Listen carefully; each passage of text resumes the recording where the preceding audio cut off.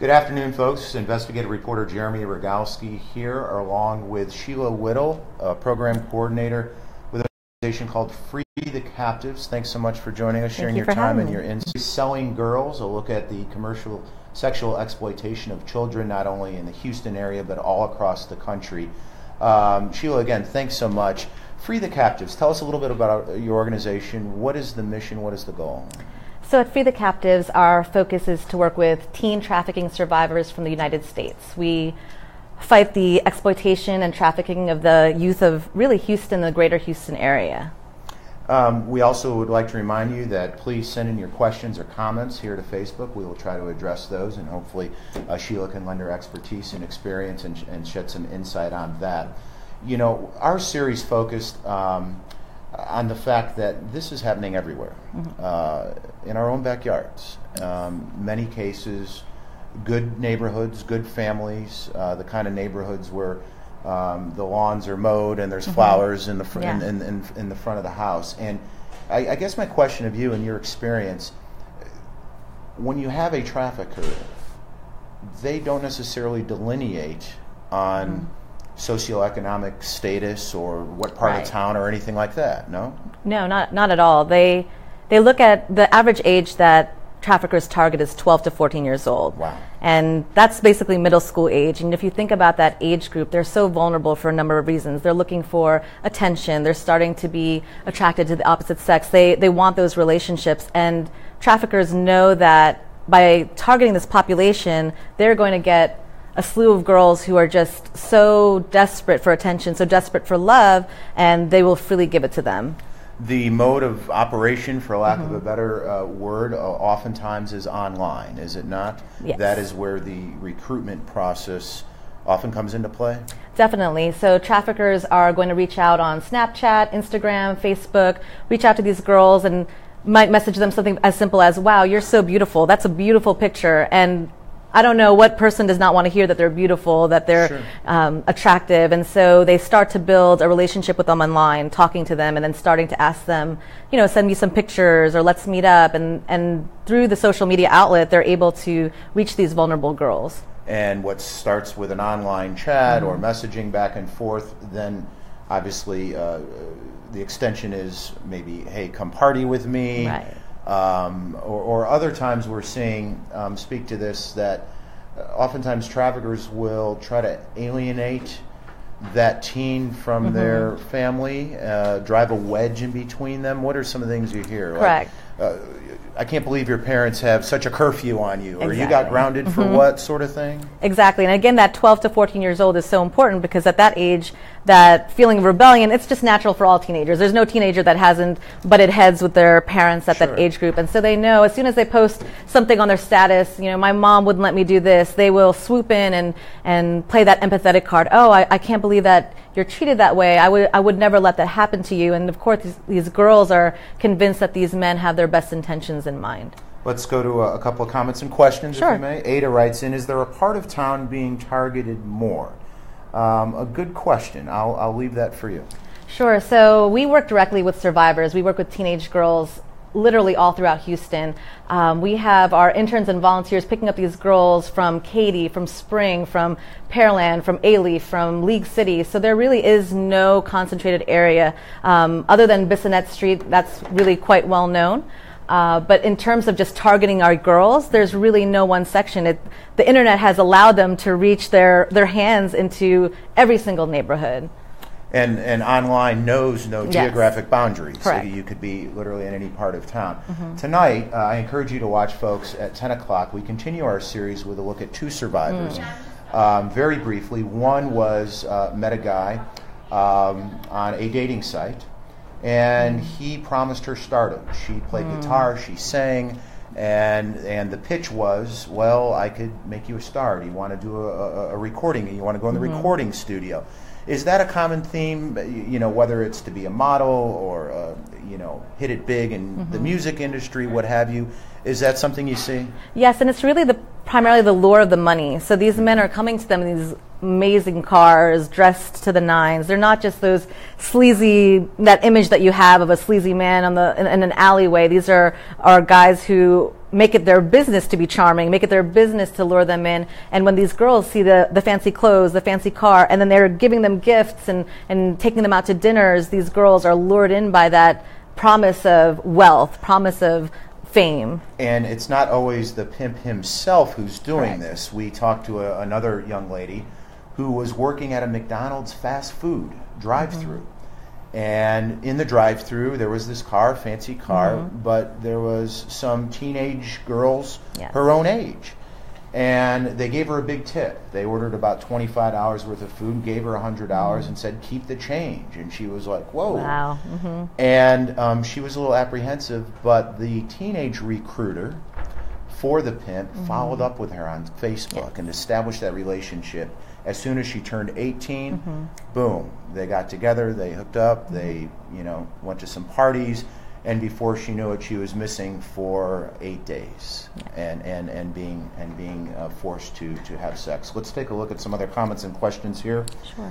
Glenda, oh my God, how disgusting. Where is the vulnerable girl's self-esteem? And let's see, where does Houston stand compared to the rest of the U.S.? Robert KHOU writes in. Any knowledge of that? That's a good question. Not to put you on the spot. No, so Houston is actually one of the #1 cities for human trafficking. And why is that? So a lot of people are mistaken, and they think that it's simply because we're by a border. We have a lot of ports and international airport, and then the strip of I-10 is known as really the trafficking highway. And so that is correct for international trafficking. But what we're talking about are girls in our backyard, domestic girls, domestic minors. And the only reason that Houston is a major hub is because of demand. It's a business. If there was no demand, there would be no need to supply so many girls and so many people. So for whatever reason, there are individuals here in Houston who just want to purchase sex from minors. And it's very sad when you put it in kind of economic terms, but that is the sad reality. I think the U.S. Department of Justice says this is either the second or third fastest growing type of organized crime. And the dynamic, and I've spoken with many experts, it's second only to narcotics trafficking. But if you think about it from that business model, and we are not here to desensitize because these are horrific human tragic stories, but a drug trafficker has product, his drugs, and when he sells them, those drugs go away and he has to find more product. What's the difference when it comes to human trafficking and commercial sexual exploitation of children? That product, what keeps going and going. Exactly. So it's so lucrative because, one, there's little overhead. They don't have to pay for the girls up front. They lure the girls in. They might take her to get her nails done and her hair done. But unlike drugs, once the drug is gone, you can use a human being over and over again. Not just one night, but throughout the week, throughout the years, and just continue to use that one human being. Maria writes in a very good question, and one we've heard in different forms. How can we start warning our preteens about this topic? Great question, Maria. Thanks for writing in. Parenting is so hard in its own right. And now you throw this into the equation. As a concerned mom or dad, speak to them now. Obviously, this can be the enemy in many ways, or the lure. But talk to those parents. So having real and honest conversations with your teenagers. I taught middle school for several years before I joined Free the Captives, and one of the things that I believe teenagers really do appreciate is the honesty and the candidness. And we don't give them as much credit as I think that we should. And so as a parent, especially when you're facing social media, it's a totally different way of raising your kids now. And so with social media, just delineating really fine boundaries and explaining to them why. And I really love the series that you have because it's not gruesome, it's not grotesque, it's very honest, but it's in a way that teenagers can watch it and parents don't have to fear it being overtly graphic or gruesome. So I really recommend watching the series with your child so that they understand that it's not just, no, we don't want you to talk to boys, or no, we don't want you to have friends online, but it's who are you speaking to? You have no idea, and really protecting them from that angle, and also just building up their self-worth, getting involved in their lives. What are they interested in? Are they in sports? Are they in theater? Really being involved and present, so that when somebody does come in saying that they're beautiful and they're amazing, they'll already know, yeah, I am that way because my parents have raised me that way. We're here with Sheila Whittle with Free the Captives, talking about our series Selling Girls, which you can find online at khou.com/sellinggirls. And of course, our pieces will be airing all this week tonight at 10 o'clock. You talk about getting involved with your child. Is there a, I guess, balance with that? I've spoken with several parents right across the table of daughters who were trafficked, and they tell me, in hindsight, and this doesn't go for all cases, but in hindsight, they believe they were two, quote, helicopter parents, and they were smothering, and that as soon as that trafficker or his recruiter kind of opened that door and, you know, promised this kind of carefree freedom, life, that they just took that like a fish on a lure. Thoughts on that? Definitely, I agree. You can't let this scare you. I think that sometimes when you hear this topic, there's this immediate desire to lock your child up and never let them go, but there definitely has to be that balance. And I think that one way that could happen is also for school systems to allow organizations to come in and talk. So I've spoken at a few schools, and it's been an amazing experience to talk to high schoolers and middle schoolers. They have the best questions, and a lot of them come forward sharing their own stories of abuse and sharing their own stories of appreciation to hear about this, saying, yeah, this older gentleman was talking to me online. I didn't know what to do about it. And so sometimes you're right. Sometimes coming from the parent, it might be overwhelming. But if it can come from as many avenues as possible. The parent, the school, that's different right. things. Now it's front and center. Let's zip through a couple more of these real quick. Rachel writes in, have you thought to post the pictures of the customers to lower the demand? Again, these are the so-called Johns. A lot of people think Johns is too polite of a term. These are buyers. These are abusers. Police often do this when they do stings, and they will splash those mugshots online and on YouTube and so forth. So Rachel, thanks for writing that in. I certainly up for discussion for more of that, no? Yeah, it's really, there's nothing to deter them except for shame, right? Yeah. And so Free the Captives, we just recently hosted our We See You rally, which was on Bissonnette, to let the Johns know, I agree with you, that's too light of a term, to let those buyers and predators and abusers know that we see them. They're from all walks of life, and we want them to know that we will not let them continue to buy our daughters. Christy writes in, this is so disgusting. Parents, you have to speak to your children about this. Christy, thanks for your comment. Wanda echoes her. It is really bad everywhere. It's very important to watch your children. Henrietta shares that. Thank you, Henrietta. Nancy writes in, do you know of any apps that can track our kids without them knowing? Before you answer that, is it appropriate, and there's probably no right answer here, but working with survivors, talking with parents, is it appropriate to be detective or sleuth around with your children? And then the follow-up would be, are there any apps to do that, or is that not recommended from your vantage point, Sheila? I think because they're minors, and these devices you put into their hands, right? They really don't belong to the child. I believe that you need to do everything that you can to protect and monitor your child. Obviously, giving them, again, that balance. There has to be a balance, because if they feel like you're breaking their trust, when a predator does come and talk to them, when something happens that they're afraid of, a lot of times these predators get them because they'll set a nude picture of themselves, and now they'll say, well, if you tell your parents, I'm going to show this picture.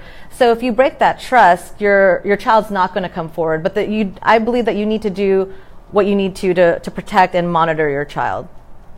Oh, in terms of the apps, I'm not so sure of one for the phone. Okay. But there are different apps on the computer that help monitor what websites they go to, and that's helpful too to make sure that they're not looking at pornography and all of that. There's one called Covenant Eyes, and there's several that you can find online. Tina writes in, parents need to talk to their kids, not schools. I teach my child. I know my child best. Certainly a valid point, Tina. Thank you for writing in.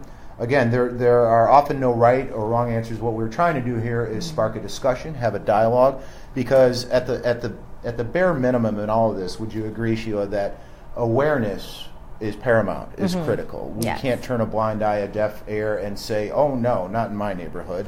Oh no, not in my daughter's school. Oh no, it couldn't happen. That is the wrong approach. Correct.